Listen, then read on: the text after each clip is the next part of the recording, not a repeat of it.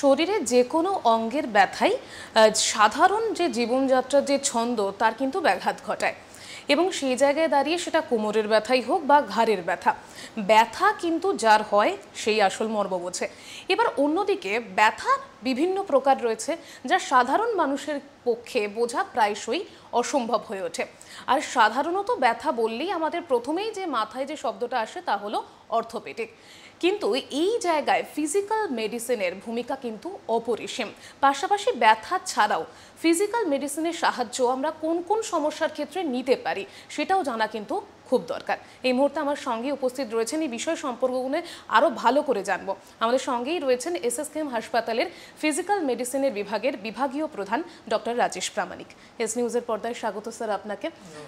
একদম তাই। এবং আমি যেহেতু ব্যথার কথা অ্যাড্রেস করলাম ফার্স্টেই, আমি একটু জানতে চাইবো বর্তমান সময়ে আপনারা জেনারেলি কী ধরনের পেশেন্ট বেশি পাচ্ছেন যারা এক ধরনের ব্যথা নিয়েই আসছে, যেটা সংখ্যা যত দিন যাচ্ছে বাড়ছে? দেখুন, প্রথম কথা হচ্ছে যত রকমের অসুখ আছে তার 1/4 মানে 1/4 ক্ষেত্রে লক্ষণ হচ্ছে ব্যথা, 3/4 হচ্ছে অন্য সমস্যা হয় লক্ষণ। সুতরাং বিভিন্ন রকমের রোগের ব্যথা নিয়ে আসতে পারে এবং সেটা ডিপেন্ড করছে কী ধরনের ডিজিজ। এবার আজকাল যেটা হচ্ছে সেটা ডেফিনেটলি কোভিডের সময়ে ভাইরাল ইনফেকশন এত হয়েছিল, এখনও ভাইরাল ইনফেকশন হচ্ছে, না হলে ওভারঅল ইনফেকশন যেটা ইনফেক্টিভ ডিজিজগুলো কমে যাচ্ছে। সেটা আমাদের হাইজিন, বেটার নিউট্রিশন এবং হেলথ কেয়ার ফেসিলিটিস সবের জন্যই সেটা কমছে। যত দিন যাচ্ছে তত বাড়ছে লাইফস্টাইল ডিজিজ। সেটা আপনার ডায়াবেটিস বলুন, কোলেস্ট্রল বলুন, যে সমস্ত প্রবলেমগুলো, প্রেশার বলুন, সেগুলো যেমন থাকছে তেমনি লাইফস্টাইলের জন্য বিভিন্ন ধরনের ব্যথাও বাড়ছে। যেমন ধরুন, আজকাল প্রচুর অফিস ওয়ার্ক করতে হয়, ওয়ার্ক ফ্রম হোম করে অনেকে, আর প্রচুর এই ল্যাপটপ, ট্যাব, মোবাইলের ইউজ বেড়েছে। এতে করে আর স্ট্রেস বেড়েছে, ঘুম কম হচ্ছে, এতে করে প্রচুর আমরা মায়োফেশিয়াল পেন পাচ্ছি, যে ঘাড়ের, পিঠের, হাতের বিভিন্ন জায়গাতে পেন হচ্ছে। সে ব্যথার মেন কারণ হচ্ছে তার কর্মক্ষেত্রের বিভিন্ন অ্যাবনর্মাল পজিশনে কাজ করা এবং এক্সারসাইজ না করা, তার সাথে তার স্ট্রেস, সেইগুলো থেকে বিশেষ করে আইটি সেক্টরের, তারপরে স্কুল টিচারদের, এমনকি আজকাল প্রচুর অফিসে প্রচুর কম্পিউটার ওয়ার্কস করতে হয় এবং তারা অনেকেই 10 ঘন্টা, 12 ঘন্টা, 14 ঘন্টা কাজ করে। তারা এই ধরনের ব্যথা নিয়ে প্রচুর আসেন। এই ধরনের ফাইব্রোমায়োসাইটিস ব্যান্ড পাই আমরা, মায়োফেশিয়াল পেন পাই, যেগুলো বিভিন্ন ধরনের মাসল পেন, একটা ক্রনিক পেন এই অ্যাবনর্মাল পশ্চারের জন্য হয়। একদমই তাই। এবং এই কথাটা ধরেই আমি একটা বিষয় যেটা তুলে ধরার চেষ্টা করব, যে এখন বর্তমানে যেহেতু বসে কাজ করার সংখ্যা বাড়ছে, কম্পিউটার ওরিয়েন্টেড কাজ বেশিরভাগই, সবাই অনেকক্ষণ ধরে কাজ করছে, তার জন্য স্ট্রেস থেকে বা হোক ওই একটানা বসার জন্য ব্যথা ফিল করছে। এবার অনেক সময় হচ্ছে যে ব্যথাটা একদিন পরে কি দুদিনের মধ্যে কমেও যাচ্ছে। এমন কি হতে পারে যে ব্যথার আড়ালে অন্য কোনো সমস্যা কাজ করছে, যেটাকে হয়তো আমরা ব্যথা বলে অ্যাড্রেস করছি এবং পরে গিয়ে যখন সেটা মানে ডায়াগনস্টিক হচ্ছে অনেকটা দেরি হয়ে যাচ্ছে?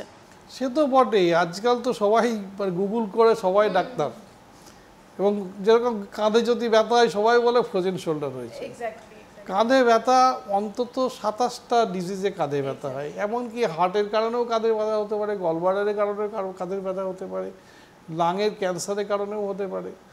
পিঠের ব্যথা সবাই বলে স্পন্ডিলাইসিস হয়েছে। অন্তত 42টা কারণে পিঠে, কোমরে ব্যথা হতে পারে। তার ভিতরে অনেক সিরিয়াস ডিজিজও আছে। এরকম হয়েছে পিঠে ব্যথা, ব্যথার ওষুধ নিয়ে খেয়ে যাচ্ছে, তারপরে যখন আমার কাছে আসলো তখন দেখলাম লাস্ট স্টেজে একটা ক্যান্সার, যেটা টেস্টিস থেকে এসছে, এবং আলটিমেটলি অপারেশন করে পেশেন্টটা বেঁচে ছিলেন তারপরে 2 বছর। এরকম অনেক সময় পাই যে আমরা ব্যথা, এমনকি এরকমও দেখেছি ছেলে ডাক্তার, তার মা চিকিৎসা হচ্ছে, ব্যথার ওষুধ আর এই একটা করে এক্সরে করে চিকিৎসা হচ্ছে, বেল্ট পরিয়ে রেখে দিয়েছে, স্পন্ডিলাইসিস। যখন সিভিয়ার পেন, কান্নাকাটি করছেন ভদ্রলোক, তখন আমার ভদ্রমহিলা, তখন আমি দেখে ওটা বেরোলো হাড়ের মজ্জার এক ধরনের ক্যান্সার, মাল্টিপল মায়োলোমা বলে। তা এই যে ব্যথার কারণ জানাটা খুব দরকার। ব্যথা একটা রোগের উপসর্গ মাত্র। একদমই তাই, এবং সেটা না অনেক ধরনের রোগ হতে পারে যেটা আমাদের তো অজানা, যেটাকে হয়তো আমরা ব্যথা হিসেবে উড়িয়ে দিই। আগেও একটা পেশেন্ট দেখলাম ব্যথা নিয়ে সব জায়গায় ঘুরে বেড়াচ্ছেন।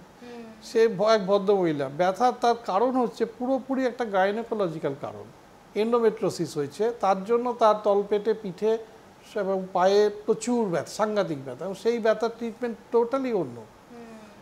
এবং উনি একগুচ্ছ এই এমআরআই, স্পাইন, এটা সেটা, সিটি স্ক্যান এইসব করে বেরিয়েছে, এবং তাতে তো ট্রিটমেন্ট, আসল ট্রিটমেন্টটা ডিলে হয়ে যায়। একদমই। তার রোগের কারণ না জানলে রোগটা তো ভেতরে ভেতরে বাড়বে, সেটা তো আর বসে থাকবে না। এবং আপনি পায়ের কথা বললেন বলে মনে পড়লো, একটা কমন পা ব্যথা বললে আমাদের বাতের ব্যথার একটা ব্যাপার রয়েছে, এবং এই বাতের ব্যথাটা কি সবসময় কি ওই ব্যথাই কি বাতের ব্যথার উপশম, নাকি এই পায়ের ব্যথাটা অন্য কিছুরও উপশম হতে পারে? দেখুন, পায়ের ব্যথাটা দেখতে হবে ব্যথাটা হাড় থেকে আসছে, না জয়েন্ট থেকে আসছে, না মাসল থেকে আসছে, না নার্ভ থেকে আসছে, নাকি অন্য কোনো থেকে ব্যথা পায়ে ছড়াচ্ছে। সুতরাং তার উপরে তার ট্রিটমেন্ট, এমনকি ব্লাড ভেসেলস থেকেও আসতে পারে। পায়ের ব্যথা নিয়ে এলো, আলটিমেটলি একটি মেয়ে সারা ঘুরে বেড়াচ্ছে, তার দক্ষিণ ভারত থেকে শুরু করে উত্তর ভারত, কোথাও ঘুরতে বাকি নেই। যখন আমার কাছে এলো তখন দেখলাম মেন কারণ হচ্ছে অন্য। মেন কারণ পেটের ভেতরে একটা ধমনী একদম সরু হয়ে গেছে, পায়ে ব্লাড সার্কুলেশন হচ্ছে না, সেই কারণে আলটিমেটলি মেয়েটা একটা রেয়ার ডিজিজ বেরোলো, টাকাসু বলে। সেই ডিজিজটা ট্রিটমেন্ট করে মেয়েটা এখন ভালো আছে, সে এখন নার্সিং স্টাফ। সুতরাং সেই ব্যথাটা আবার যদি জয়েন্টে ব্যথা হয় তাহলে আবার বাত হতে পারে, আর বাত তো সেটা তো ইনজুরির জন্য হতে পারে, এমনকি ইনফেকশনের জন্য জয়েন্টে ব্যথা হতে পারে, আমাদের দেশে টিভির জন্য হতে পারে। এবার বাত তো একটা খুব গ্রস কথা, বাত এক একটা মোটা মোটা বই আছে, এত রকমের আর্থ্রাইটিস, এবং আজকাল আর্থ্রাইটিসের এত ট্রিটমেন্ট বেরিয়েছে, এত ভালো ভালো ওষুধ বেরিয়েছে, যে আমরা বলি আর্লি ইন্টারভেনশন অফ আর্থ্রাইটিস। এটাতে আর্লি যদি 6 উইক্সের মধ্যে যে কোনো আর্থ্রাইটিসের ট্রিটমেন্ট শুরু করা যায়, সেই আর্থ্রাইটিসগুলো আজকালকার দিনে ম্যাক্সিমাম সময় সুন্দর কন্ট্রোল করে দেওয়া যায়। কিন্তু দুঃখের কথা, আমাদের এখানে পেশেন্টরাও বাতের ব্যথা কিছু হবে না বলে এদিক ওদিক ওষুধ খায়, হোমিওপ্যাথি করে, আর এই ব্যথার ওষুধ খেয়ে, আর ওষুধের দোকান থেকে ওষুধ খেয়ে চালিয়ে মালিশ করে। এটা সলিউশন নয় একদমই। এবং এই জায়গায় দাঁড়িয়ে আরও একটা মনে হয় খুব বড় সমস্যা, যেটা যে আমরা অনেকেই বুঝতে পারি না কোন রোগের ক্ষেত্রে বা কোন সমস্যার ক্ষেত্রে আমাদের কোন স্পেশালিস্টের কাছে যাওয়া উচিত। এই পেইন শব্দটার সঙ্গে কিন্তু অর্থোপেডিক বা আমরা এই ধরনের একটা স্পেশালাইজেশনের কথা একেবারে মাথায় গেঁথে গেছে। এখানে ফিজিক্যাল মেডিসিনের ভূমিকাটা সম্পর্কে আমি একটুখানি জানতে চাইবো। দেখুন, প্রথম কথা হচ্ছে এটা খুব পরিষ্কার, যে ব্যথা বিভিন্ন গাঁটে হচ্ছে, এবং যে ব্যথা গাঁটে হচ্ছে, রেস্ট নিলে বাড়ছে, সকালবেলায় প্রচণ্ড বাড়ছে, রাত্রে ঘুমে ডিস্টার্বেন্স করছে, সেই ব্যথাগুলো রিমাটোলজিস্টের কাছে যাওয়া উচিত। যে ব্যথা একটা ইনজুরি হয়ে, হাড়ে ইনজুরি হয়ে একটা ফ্র্যাকচার হলো, হাড় থেকে আসছে, যে ব্যথা এমনি বিভিন্ন চোটের কারণে হচ্ছে, সেগুলো অর্থোপেডিশিয়ানদের কাছে যাওয়া উচিত। কিন্তু যে ব্যথাগুলো ক্রনিক হচ্ছে, কিছু বোঝা যাচ্ছে না কোত্থেকে হচ্ছে, একটা বেগ টাইপের হচ্ছে, যে ব্যথা মাসল থেকে হচ্ছে, বা অন্য সমস্ত ব্যথাগুলো অ্যাকচুয়ালি যাওয়ার কথা হচ্ছে, তাদের আসা উচিত পিএমআর ডিপার্টমেন্টে, ফিজিক্যাল মেডিসিন অ্যান্ড রিহ্যাবিলিটেশন স্পেশালিস্টের কাছে। এনারা তারপরে ঠিক করবে যে আর কোনো ওপিনিয়ন দরকার আছে কিনা। সেটা একজন নিউরোলজিস্ট হতে পারে, নিউরোসার্জন হতে পারে, আলাদা কোনো পেন ম্যানেজমেন্ট যারা করছে তাদের হতে পারে, অন্য বিভিন্ন নিউরোসাইকিয়াট্রিস্ট হতে পারে, কিন্তু প্রাইমারি ফিজিশিয়ান হিসাবে এদের কাছে আসা উচিত। আর না হলে যদি কেউ না বুঝতে পারেন, তাহলে তারা ডেফিনেটলি জেনারেল প্র্যাকটিশনারদের কাছে যাবেন, জিপির কাছে যাবেন, না হলে একজন মেডিসিন এমডির কাছে যাবেন। এটা হচ্ছে প্লেন অ্যান্ড সিম্পল। আদারওয়াইজ নিজেরা ডক্টর চয়েস করে শুধু নিজেরা, এই যে এত স্পেশালিটি, সুপার স্পেশালিটি, এতে মানুষের ডিসিশন নিতে আজকাল খুব অসুবিধা হয়, ডিলে হয়, এবং সেই কারণে যে কোনো কনফিউশন প্লিজ গুগল করে নিজে স্পেশালিস্ট চুজ করবেন না। আমার মনে হয় সবসময় যদি কোনো কনফিউশন থাকে, স্ট্রেট হয়ে একজন জেনারেল প্র্যাকটিশনারের কাছে যান, তারা আপনাকে গাইড করবেন। একদম তাই, একদম তাই। এবং এই ক্ষেত্রে ফিজিক্যাল মেডিসিন কিভাবে কাজ করে সেটা যদি একটুখানি বলতেন। ফিজিক্যাল মেডিসিন অ্যান্ড রিহ্যাবিলিটেশন মানে হচ্ছে, এটা একটা হোলিস্টিক সায়েন্সের সাবজেক্ট। মানে ধরুন, প্রথমে যখন একটা মেডিকেল সায়েন্স তৈরি হয়েছিল, তখন কী হয়েছিল, একটা শরীরে একটা জিনিস প্রবলেম দেখা যাচ্ছে, কেটে বাদ দাও, সার্জারি। তারপরে আস্তে আস্তে কী জন্য হচ্ছে পাওয়া গেল, অর্গানিজমগুলো পাওয়া গেল, তারপরে তারা মেডিসিন ডেভেলপ করতে শুরু করলো, সুতরাং মেডিসিন দিয়ে ট্রিট করা হলো। তারপরে দেখা গেলো যে না এরকম শুধু অত বড় বড় কেটে অত বড় বড় করে হবে না, ভেতরে ঢুকে ঢুকে ওই জায়গাটাকে ইন্টারভেন্ট করো, এই এন্ডোস্কোপি, ব্রঙ্কোস্কোপি, কোলোনোস্কোপি, বিভিন্ন স্কোপ আসলো, অ্যানজিওগ্রাম। তারপরে দেখা গেল যে সার্জেনরাও দেখলে এত বড় বড় কেটে নাই, ল্যাপ্রোস্কোপি, টার্গেটেড ট্রিটমেন্ট। কিন্তু সত্যি কথা কি, এত কিছু করার পরেও আমরা এখনও মেডিকেল সায়েন্স ইনফ্যান্টাইল স্টেজে আছি। আমরা কত পার্সেন্ট ডিজিজকে পুরোপুরি কিওর করতে পারি? সুতরাং ম্যাক্সিমাম ডিজিজই পেশেন্ট পুরোপুরি কিওর হয় না, তারা একটা কন্ট্রোল হয় অথবা কন্ট্রোল হয় না। একমাত্র খুব অ্যাডভান্স ক্যান্সার ছাড়া তাদের জন্য প্যালিয়েটিভ কেয়ার দরকার, তারা হচ্ছে তাদের লাস্ট ডের জন্য ওয়েট করছে। সুতরাং they should pass those time with a quality of life. বাকি যে পেশেন্টরা তারা প্রত্যেকেই তাদের একটা কিছু না কিছু ডিসেবিলিটি থাকবে, ফাংশনাল প্রবলেম থাকবে কাজের। সেই জন্য এখন মেডিকেল সায়েন্স অ্যাকসেপ্ট করেছে যে শুধু ওষুধ, শুধু সার্জারি নয়, একটা পেশেন্টকে হোলিস্টিক্যালি ট্রিট করতে হবে।